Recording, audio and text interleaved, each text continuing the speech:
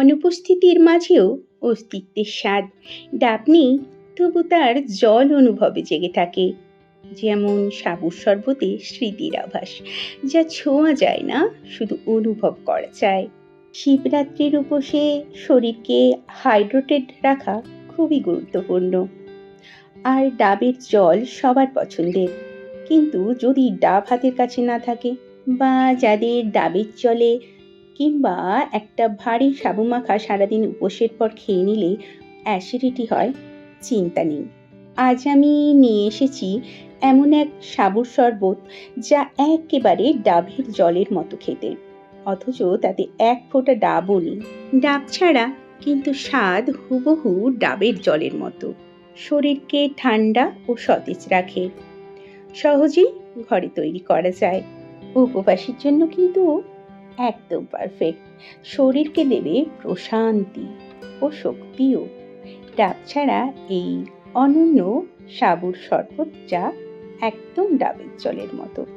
By the way, hello everyone, আমি শ্রাবন্তী। আমার হেসেলে তোমাদের ওয়েলকাম।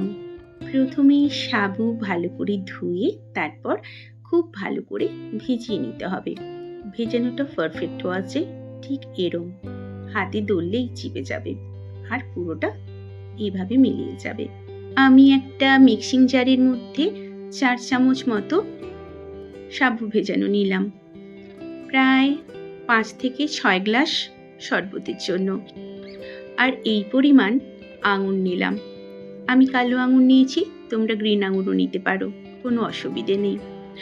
আঙুরের স্কিনগুলো আমি সেপারেট করে দেব। আর খেয়াল রেখো যেন আঙুরে বীজ না থাকে। আমার এই কালো আঙুরগুলোতে একটাও বীজ নেই। আঙুরে বীজ থাকলে তোমরা মাঝখান থেকে চিড়ে নিয়ে তারপর বীজগুলো সেপারেট করে ফেলো। এই পরিমাণ শরবতের জন্য আমি 2 চামচ মতো চিনি অ্যাড করলাম। এবার দিচ্ছি সন্ধৈব লবণ। যেহেতু উপোসের দিনে খাচ্ছ, সেহেতু সন্ধৈব লবণ ইউজ করো। গরমের সময় রিফ্রেশিং ড্রিঙ্ক হিসেবে যদি এটা নিতে চাও, তাহলে তোমরা এমনি বাড়িতে জন্য ইউজ করো, সেটাও নিতে পারো। প্রথমে অল্প জল দিয়ে আমি একটা স্মুথ পেস্ট বানিয়ে ফিরে এলাম। তোমাদের দেখিয়ে দিই, ঠিক এরম একটা ডেনসিটি থাকবে, কিন্তু এটাকে আমরা জল দিয়ে ডাবের জলের মতো পাতলা বানিয়ে নেব।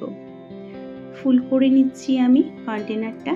আর এখানে একটা পাতিলেবু নিয়েছি, পাতিলেবুর রসটা বের করে নিচ্ছি।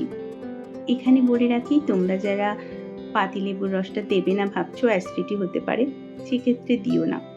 এটা অপশনাল, দিতে পারো নাও দিতে পারো। সেক্ষেত্রেও কিন্তু তোমরা শুধু আঙুর দিয়ে ডাবের জলের টেস্টটাই পাবে। বীজগুলো ফেলে দিচ্ছি।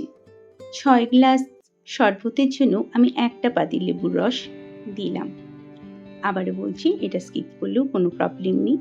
তবে আঙুরের টক মিষ্টি স্বাদটা তোমরা বুঝে তারপর দিও, কারণ সব আঙুর কিন্তু একই রকম টকের বা একই রকম মিষ্টির হয় না। তাই চিনির পরিমাণটাও তোমরা আঙুরের টক মিষ্টির ওপর হিসেব করে দিও, তা না হলে কিন্তু ডাবের জলের যে স্বাদ সেটা পাবে না। ঠান্ডা জল ইউজ করলে আরও বেটার স্বাদ পাবে, আর আমার মতো আইস দিয়ে খেলে তাহলে আরও বেশি ভালো লাগবে তোমাদের। ন্যাচারাল ফ্লেভার ডাবের জলের বিকল্প কেমন লাগলো কমেন্টে জানিও। ভালো লাগলে লাইক, শেয়ার, সাবস্ক্রাইব করে রেখো। শরবত খেয়ে তোমাদের কেমন লাগলো জানিয়ে যেও। হর হর মহাদেব।